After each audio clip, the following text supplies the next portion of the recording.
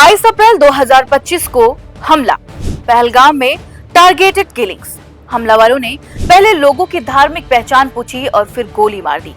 फिर भारत ने इसका जवाब दिया, और वो भी सीधे, सटीक और सर्जिकल तरीके से, बिना सिविलियन को नुकसान पहुंचाए।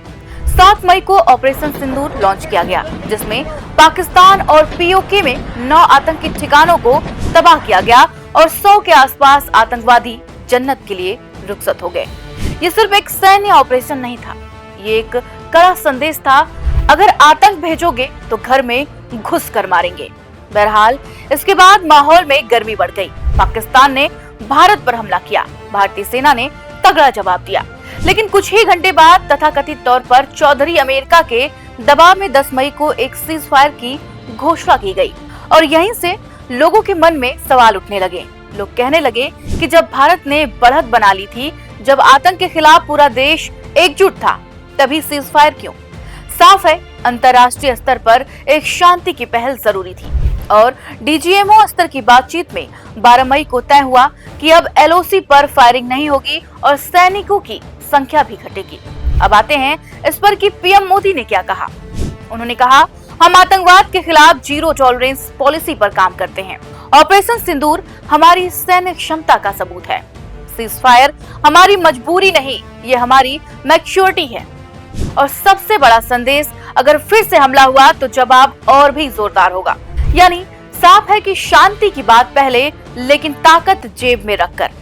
लेकिन विपक्ष ने सवाल जरूर उठाए, उठाना भी चाहिए। सोशल मीडिया पर लोग पूछते हैं, जब जीते थे तब रुक क्यों गए? ये सीज फायर किसी दबाव में तो नहीं। देखिए, सवाल अच्छे हैं, लेकिन जवाब भी जरूरी है। भारत आज सिर्फ सैनिक ताकत से नहीं, डिप्लोमेसी से भी लड़ता है। अमेरिका हो या सऊदी, सबकी नजर भारत पाक तनाव पर थी। तो अगर सरकार ने बातचीत की, वो भी अपनी टर्म्स पर, तो क्या ये हार है? नहीं। सीज फायर का मतलब ये नहीं कि बंदूक रख दी गई है। मतलब ये है कि जो कहर ढाया, उसके बाद एक मौका दिया गया। अगर पाकिस्तान दोबारा हरकत करेगा तो इस बार ऑपरेशन सिंदूर नहीं, शायद कुछ और बड़ा होगा। पीएम मोदी ने साफ कहा, भारत अब सहन नहीं करता, और ये बात अब पड़ोसी भी समझ चुके हैं। प्रॉब्लम ये हुई है कि सीज फायर की जानकारी सबसे पहले न भारत ने न पाकिस्तान से, बल्कि सीधे अमेरिका के राष्ट्रपति डोनाल्ड ट्रंप से मिलती है। अब जरा सोचिए, जिस कश्मीर को भारत हमेशा से एक द्विपक्षीय मुद्दा मानता आया है, जिसमें किसी तीसरे पक्ष की दखल मंजूर नहीं होती, उसी से जुड़े मामले पर अमेरिका ये कह रहा है कि उसने मध्यस्थता की। ये वही डोनाल्ड ट्रंप है जिन्होंने पहले कार्यकाल में भी जुलाई 2019 में पाकिस्तान के तत्कालीन पीएम इमरान खान के सामने कश्मीर पर मध्यस्थता की पेशकश की थी, और तब भी भारत ने साफ इनकार कर दिया था। यानी अमेरिका जानबूझकर क्रेडिट लेने के लिए मने मन मुनक्का, मने मन छुहारा हो रहा है। कैसे? समझिए जरा। भारतीय विदेश मंत्री एस जयशंकर ने एक शब्द भी अमेरिका का नाम नहीं लिया। उन्होंने बस इतना कहा, भारत और पाकिस्तान के बीच गोलाबारी रोकने की सहमति बनी है। आतंकवाद पर भारत कभी समझौता नहीं करेगा, और यही रुख आगे भी रहेगा। वैसे भी आप सोचिए, भारत ने पाकिस्तान के पंजाब तक स्ट्राइक की। क्या इसके लिए हमने ट्रंप की परमिशन ली थी?